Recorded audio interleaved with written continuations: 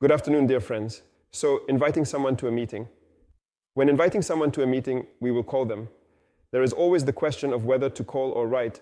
Let's agree right away that we will make a call. And if we are used to communicating with the person through messengers, then we will arrange through the messenger that we will call them.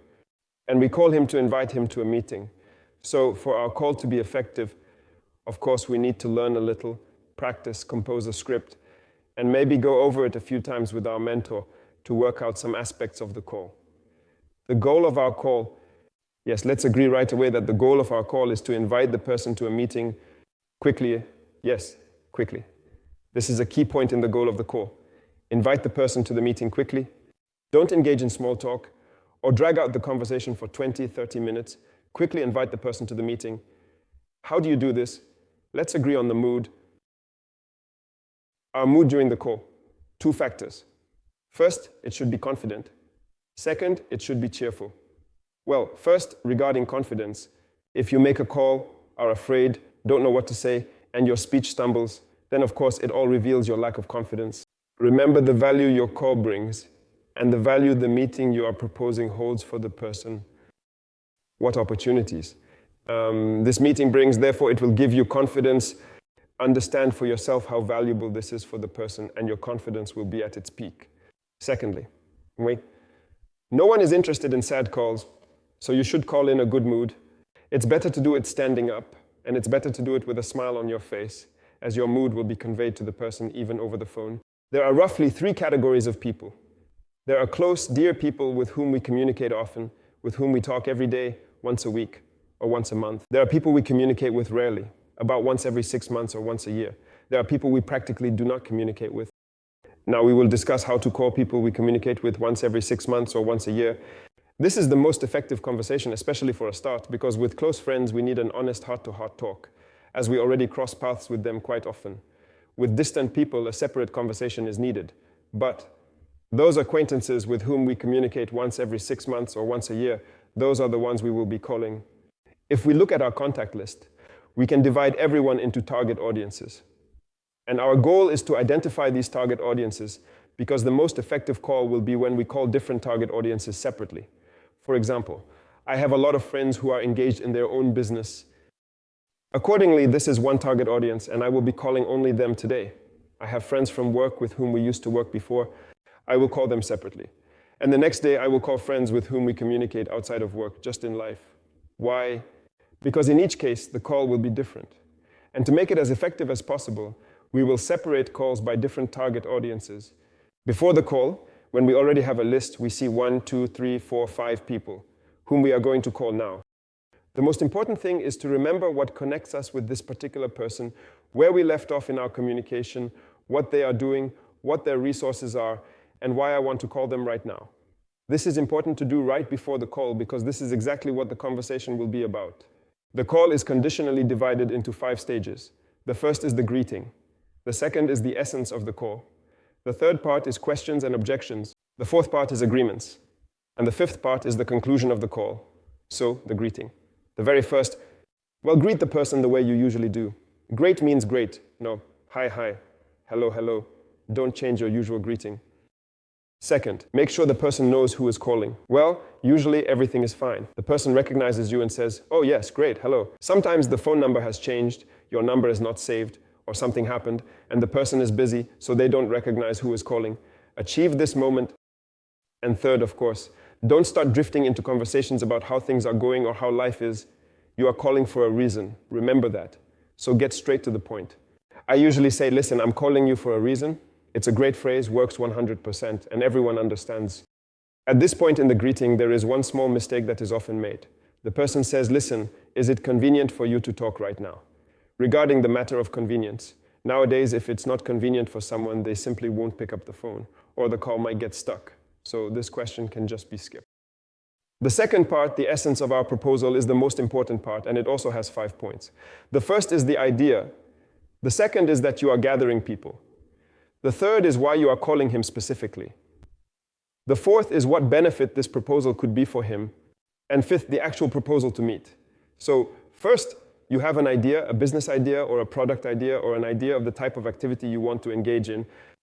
Second, you are gathering people. You are gathering a team. You are gathering like-minded individuals. So what exactly are you doing right now? Third, why are you calling him specifically? What is his resource? Why are you calling him specifically? Part 4. Why is it beneficial for him? Again, based on the person's resources. Maybe he has free time and is looking for something to do. Maybe the product is important to him. So the most important part is, what is it for him? What are his benefits? And fifth, never forget this part. You are suggesting a meeting with him. You are suggesting connecting on Skype, for example, to discuss this proposal. In other words, what do you want from him? And at the end of your proposal, make sure to say that when we meet, you will decide for yourself whether it suits you or not, or maybe you will make your decision then. This moment of reassurance at the very end is also very important, because if you don't mention it, the person will be a bit tense. They will have objections and some questions. But if you reassure them, they will be much more likely to accept your proposal to meet. In essence, you cannot use scripts in your proposal. Why? Because you are making a call to a specific person with a specific proposal, considering their unique qualities and characteristics. Therefore, when you call him, you should have a plan for the call for this person, but not specific scripts, because he is a living person and you are a living person. He knows you and you know him. And if you call him using a script, he will immediately sense it, and it will cause a lot of distrust. Therefore, we remove the scripts, but definitely keep the conversation plan. After you have conveyed the essence of your proposal, the person may have questions and some objections. Why do they arise? Because in your proposal, you didn't explain something well enough to him, or you said it in a way that made it unclear to him. That's why he has questions. Approach questions with curiosity, and specifically with curiosity. It's a really great trait. What might he ask you? What is the essence of the proposal? What do you want from me? Anything else? In other words, any question he asks is good. Your task is to explain. Most often they ask, listen, what's the essence of the proposal? I briefly explain it to them. Listen, I want to tell you my idea and you can decide for yourself. In other words, you speak clearly, specifically, but briefly. It is important not to cross the line when you start explaining, I don't know, a business plan or what you want to organize, because that is exactly what needs to be done at the meeting. Do not cross that line. Absolutely. Sometimes it happens that a person says, listen, well, I changed my field of activity.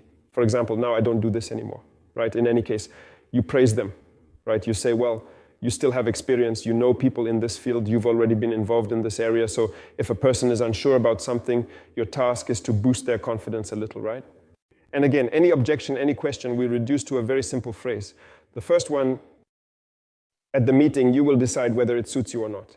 And of course, I won't twist your arm, you'll decide for yourself. If the person declines now, or it's inconvenient for them, or they are very busy this week, or they will be on vacation during the month, of course, we reschedule. That's normal, right? Sometimes a person says, listen, not now, not later, I'm just not interested at all. In that case, go back to the essence of your proposal. It means they didn't understand what you are offering. Explain it again. Say, listen, maybe I didn't get it across to you. Let me tell you again what I'm offering, and go over it once more. Part 4, agreements. When the agreement is already made, he says, okay, fine, let's agree. What are the options? Sometimes a person is in another city, so of course it's easier to arrange a meeting online via Skype or Viber. It's better if it's a video call. Maybe tonight, maybe tomorrow. Well, you arrange it. If you are in the same city, again, it is easiest to meet at the company's office, if there is a company office in your city. Sometimes it is inconvenient to meet at the office for various reasons. Then we can meet on neutral territory at a cafe or somewhere like that, I don't know. Maybe go on a hike or something, right? There you go. Just a word of caution. If someone invites you to their workplace, it might not be very convenient. I'll explain why. When a person is in their environment at work, for example, they usually have many distractions. And this greatly interferes with the meeting, making it very difficult to focus on your proposal. Therefore, we do not go to a meeting with a person, for example, at their office or workplace. It is ineffective. And end your call on a positive note. Conclude it confidently with a smile on your face. And regardless of whether you agreed or not how your call went, always end it on a positive note.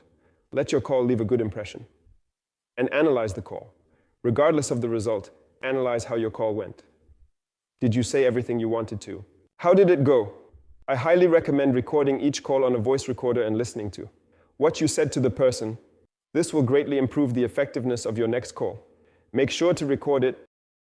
And I'll say right away that there are 3 reasons for refusal. 3 reasons for refusal. Sometimes a person is overly cautious. Some kind of unreasonable caution. Well, I don't know if I can do it or not. I don't know what kind of offer it is. In general, some kind of inadequate things. So the question is, do you need such a person on your team? The second reason for refusal is in your relationships. Sometimes there is something wrong in your relationships and you call him and make an offer. This also happens and it's normal. And the third reason is when you made an inappropriate offer, and this reason is on you. Here, you need to refine and analyze your call to make it more effective. Arrange with your mentor, let them listen to your call, have them make adjustments, practice with them, and your call will be more effective. Good calls